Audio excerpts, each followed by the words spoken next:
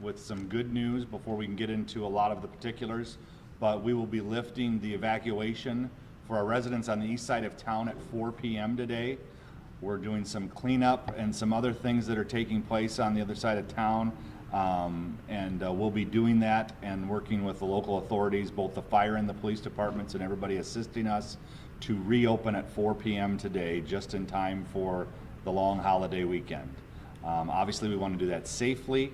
We want to do it in the best capable places that we can, but we want our residents to be safe and do accordingly. Along with that, obviously, fireworks will happen this weekend, which I'm sure everybody will be excited about. The county fair is still going to take place as things progress as well. I want to be here first and foremost to thank just a few organizations: ILEAS, which is the Illinois Law Enforcement Alarm System, and MABUS, who's the Mutual Aid Box Alarm System. Both of those agencies have been here and been a huge asset for our community in helping assist with both the police and the fire as we've been dealing with the situation over there. So I want to give a big shout out to them. I also want to give a big shout out to our city public workers and public works, our police department, obviously our fire department, all the state and federal agencies that you're going to hear from this morning or this afternoon. And our hope is to get the appropriate people up here to give a presentation, talk, and then we can answer your questions here towards the end. But the lift will be at 4 o'clock today to get back to the east side of town. So thank you, and I will hand it over to Police Chief Alicia Steffes. Hi, so with that news of the reentry at Ford, we want to let you know what the plan is at this time as far as that area and how the logistics work. All residents are allowed to return home. So all the businesses, the schools, the residents, they can all return home. For those people that live in the 900 block of North Street, the 900 block of Benton Street, and the 700 block of East Street, you can return to your homes, but the streets themselves will be blocked off. You will not be able to bring your cars in. You'll have to block on the outside, you'll have to park on the outside of the barricades and walk in. If you have problems with that, if anyone in the area has problems or questions, there are still officers in that area. Find one and ask your questions, and they can give you advice on that and how to do that. We have to maintain those streets right around the scene itself, those 3 streets, in order for us to still have room for just numerous vehicles that are still working there, people that are still working there. That whole area is still secured and cordoned off. And to be honest, we also have to keep, I know everyone wants to see it. I would like to see it still. We need to keep it sectioned off so we don't have people just coming up and getting too close, because the scene itself is still active. And there is an investigation still going on. There is a cause and origin investigation going on. We still need to see what's there too, and so we cannot have that scene disturbed. As far as police officers in the area, we do still have obviously a full force of officers right now, and we'll continue to have extra officers in the area and available patrolling, taking care of the security as people go back home. For the press, your new staging area, if you like, is across the street from the scene at the corner of East Street and Chapin Street. The press can go to that location. There's an area marked off for you. Stan will get you directions if you need that and how to get and where to park for that.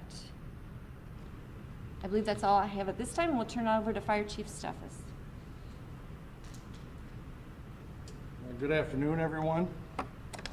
I want to give you an update what's going on at the scene. Today we have a contingent from the Joliet Fire Department, including their Chief Greg Blasky. So they're taking care of fire operations on the scene today. We appreciate them. And they're here till 6 p.m. and then we'll have the next contingent fill in behind them. We've been using drones from both the Morris Police and the Grundy County Sheriff's Department to do flyovers. And when I mean flyovers, inside the building. We use their thermal imaging so we can see temperature difference.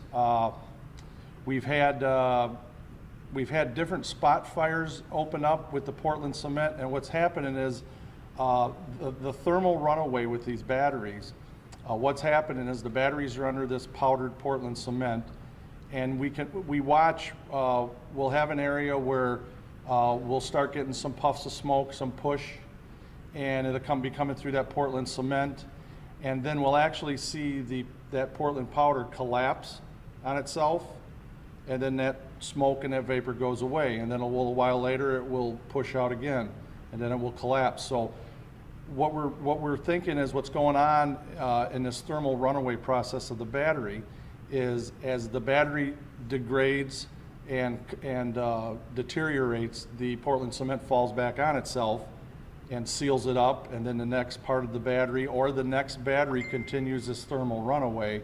So it's actually good. It's working out really well. We've got our trench. Our trench has a capacity hold of 50,000 gallons of runoff water. I just left a meeting.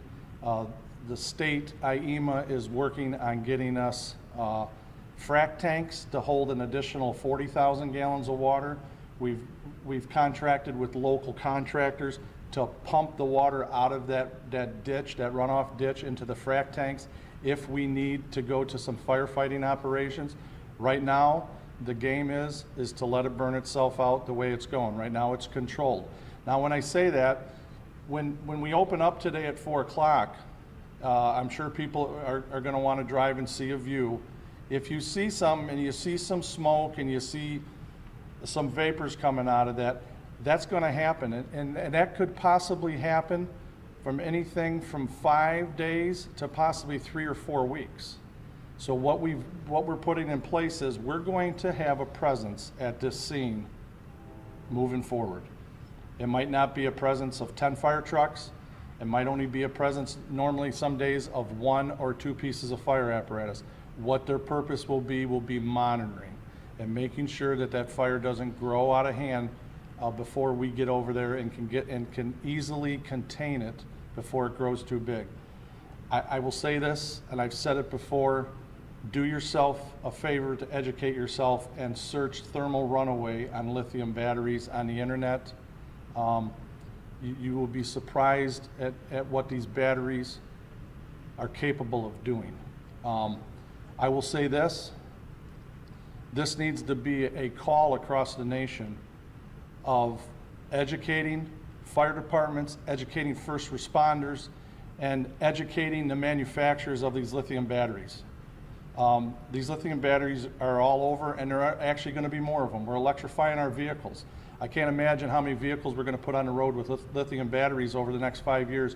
We need to be prepared to handle this increase that's going to be running down our roads every day. I'm not saying I'm against electric vehicles. I'm just saying we need to be prepared for this. And right now, I don't feel we're prepared because it's so hard finding people that give you information on how to handle these. So I'm asking our federal authorities, our state authorities, we need to make some task force of how we're going to respond to these so that we do not have this happening in another community. Do I think we have communities all over this nation that this could happen? Absolutely, no doubt about it. But I'm asking the lithium battery manufacturers too to reach out to our federal government and reach out to our state authorities so we can work in conjunction to properly understand how these batteries burn, and we can properly come up with proper extinguishments for them. I've had firefighters and fire chiefs from all over the nation call me and give me ideas on how to do this. I appreciate that wholeheartedly. Some of them will work, some of them won't work. We've already talked to some people that there's no way to work, but I'm asking, this needs to be a call across the fire service. It needs to happen, and every fire chief in every jurisdiction needs to listen. I don't want you to be in the same boat that I've been in the last 3 or 4 days. One other thing I'd like to say before we call Michelle up here is, it has nothing to do about the scene, but in the fire service, we wear red shirts on Friday. And this is red for Remember Everybody Deployed. And I want to give a shout out to every military person of our armed forces that are deployed around this world protecting us. The fire service wears red on Friday. That's why I don't have my white shirt on, and I look like I'm a worker bee on the ground. So I appreciate everything you do. Your job compared to mine, my job's a cakewalk for what our military does every day, so thank you. Michelle? Good thing I wore the right color shirt today. Um, So I'm so pleased to let everybody know some tips as you're returning home just to keep your family safe. First of all, I want to let the community know they can go to grundyco.org, and there's going to be additional resources added there, including a checklist that you can use to make sure that you're home outside and in so that you feel safe there. Some of those, so most residents will see little to no damage. If anything, it might be some dust from some of that Portland cement that was used, but generally speaking, very little damage. So it's important to wipe that dust away with a microfiber cloth, and then just use general dish soap and water to wash anything outdoors, play sets, kids' toys, patio furniture, grills, all of those sort of things. And then for indoors, you again want to be wiping off all surfaces with microfiber cloths and then washing with just normal dish soap and water. The fact sheet that we'll have at grundyco.org was reviewed and approved by the EPA and IDPH, and so it's a lot of very good information. Also information about wearing an N95 if you're cleaning up a large dusty area, and wearing latex gloves to protect skin. Swimming pools should be recirculated through filters as normal routine pool maintenance, and we're also told that produce from gardens should be safe to consume. We're told that proper washing and rinsing will be sufficient. However, if you are in doubt, just use common sense. If you're in doubt, throw it out and start over with your plants. Finally, any residents in need of cleaning supplies, dish soap, cloths, masks, gloves, anything that I just mentioned that you may need, the American Red Cross is partnering with Salvation Army to make all of that available. They're going to be at the Morris High School football field at the parking lot there between 4 and 5 this afternoon. So before you head home, if you're in need of any supplies, you can stop there to pick them up. I'm going to ask up some members of the EPA team to explain a little bit more about the air monitoring sampling that occurred so that residents know what's been happening there. Thanks.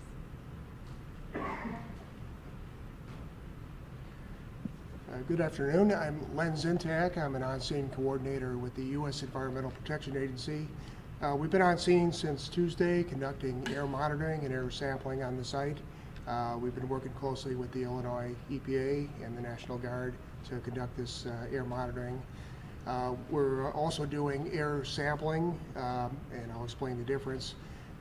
Air monitoring is the real-time monitoring that we're doing for particulates and volatile organic chemicals, other parameters. And sampling includes sampling for metals, lithium, nickel, cadmium, lead. There were some reports of NiCad batteries and lead acid batteries in the building. So we're going to be looking at all that. So the monitoring began on Tuesday afternoon and has been running 24 hours a day. Will continue through the weekend and all of next week and beyond if needed.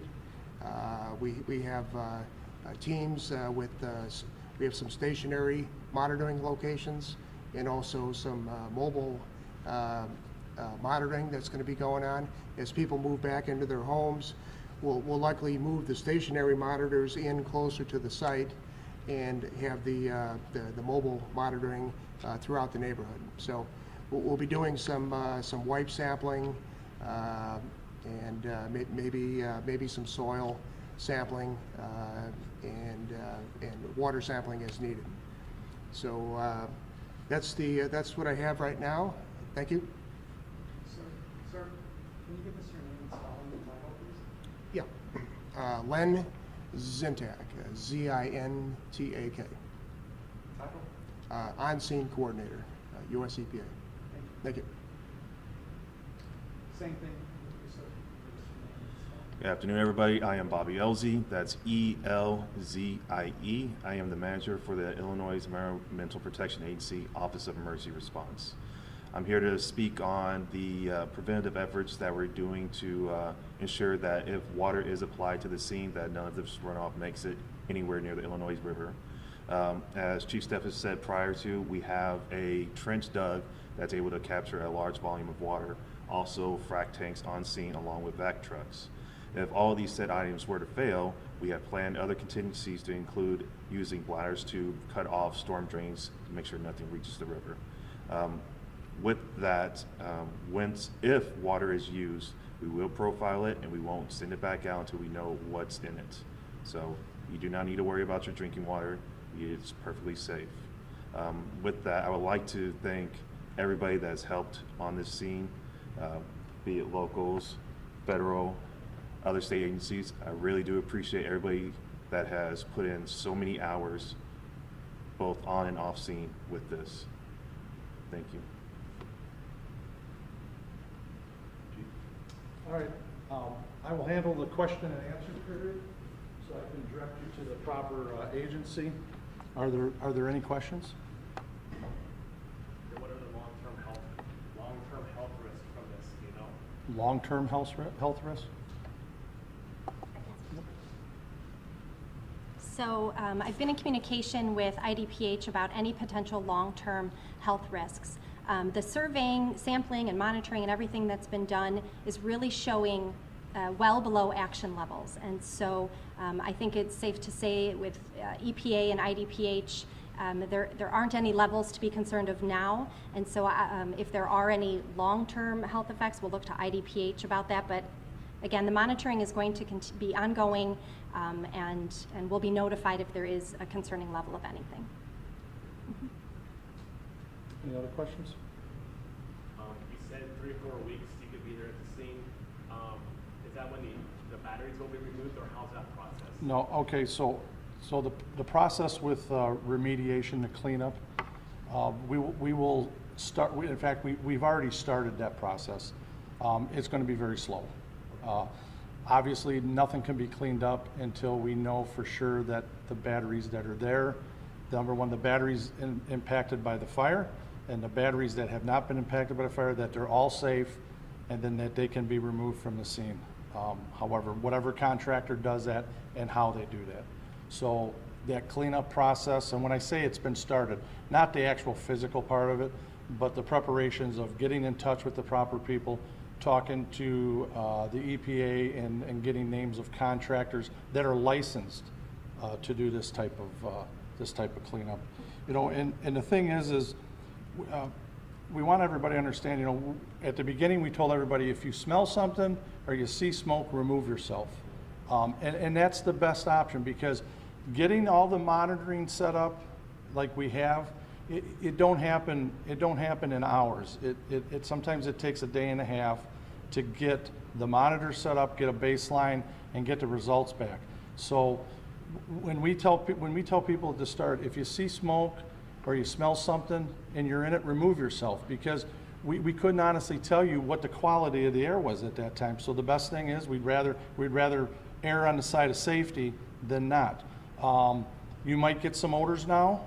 You might see some smoke. However, we have monitors right at the door of the building, and the air is way below action levels, right at the door of the building. When you get out to the property line, we have the property line, we have no action levels whatsoever. So the scene's going to look different all the time. Like I said, the amount of people there, you might see some firefighting activities going on at 3 o'clock one day, and you might not see it again for 12 hours. You might see it 5 hours later. So we are, like I said, from the day one, I said we're in for the long haul until that scene is safe and secure, and then the cleanup can start. One thing that the Morris Fire Department did, we went and gross deconned all of the playground equipment for Goodwill Park, the playground equipment at ICS School, and McKinley Park. We did all the playground equipment, and we did all the benches at them parks. So that's been done this morning. So when people start to re-enter that area, that's been done. So if you want to take your kids to the playground equipment, it's been deconned. We have one apartment building that was affected on Benton Street with a power outage. That building has been out basically since the fire until yesterday. So it's a 6-unit apartment building. So when the people go back to that apartment building, we know that they're gonna find probably some unpleasant odors and a condition with the refrigerators. We asked them to reach out to that non-emergency line we had. So they call us, we will come to the scene. I've talked to the mayor. We'll send some public works peoples over with a dump truck to help them discard some of that material. We're not wanting these people to walk into that building and not have help to alleviate some of the stress they're gonna have. We understand that. And I want them people to also understand that their refrigerators have started back up. I don't want them to be consuming food that had frozen or thawed and then now froze again, and they don't know that it's bad. So anything in them refrigerators at that 6-unit apartment building at the end of Benton Street, we need to discard that stuff. And we will assist them with that. You know, one thing that might help some people too is, and this is moving forward no matter what, whether we have a man-made disaster or we have a natural disaster, having a go bag. Have some things in a go bag that you can leave, whether it's a couple days change of clothes, maybe another toothbrush and some toothpaste. I know you can't do it with medication, but have a go bag ready to go, because you don't always know when that evacuation notice is going to come and if you're going to have much time to prepare for it. You know, we had some questions that why aren't the first responders wearing masks or something on the scene when we told other people. Here's the thing about an evacuation. We evacuate people from a zone that we, number one, are either being impacted or have a good possibility of being impacted. So if at the early stages of the fire, when we had this plume, which we knew had deadly gases in it, and whichever way it's traveling, the firefighters and the first responders on the scene, we can move rather quickly. We control, the command structure controls the movement of them people. To move people out of 50 homes does not happen that quick. So they're precautionary evacuations where if the wind changes, in a matter of 5 minutes, we could impact a residential area and we could not get the people out of there quick enough. The responders on the scene with the monitoring we have, we can move with the wind. And there was many times we moved from the south end to the north end of the place. And that's how we do that. So, you know, like I said yesterday, the fire ground is a living, breathing animal, and we adjust to it. It's almost like watching us dance some days, and we're not good dancers on some days. So, but is there any other questions? Air quality is good there. We've had one more sample than I wanted to make sure before we let people back in the neighborhood. And that's why I said we had favorable air samples the other day. I didn't want to say, yep, we got a good air sample and the next one comes back bad. I wanted 2 good air samples, we've done 3. And now we have this equipment set up with a constant real-time air monitoring. So if things change, we're gonna know right away. I've asked the Illinois EPA with Bob to continue here with us until we're at the end with this air monitoring. And you know, we're here. We've become friends. And I appreciate everybody here that is helping us get to a safe conclusion. We've experienced one of the largest lithium battery fires in the nation. We, at this point, have no injuries. We have no deaths. And that is a testament to the people of this community that got out of harm's way when we asked them to, and to the first responders and every agency that stepped up. The churches that have opened up for our evacuees, the donations of water and food. It's overwhelming when we look back and see what people do. They answer the call. You know, everybody has a little hero in them. It comes out if the need be. And the need be happened several days ago. And I'm proud of that. You know what? You don't have to ride around in a black and white car with lights and sirens and a fire truck, be a hero. It doesn't matter what you do.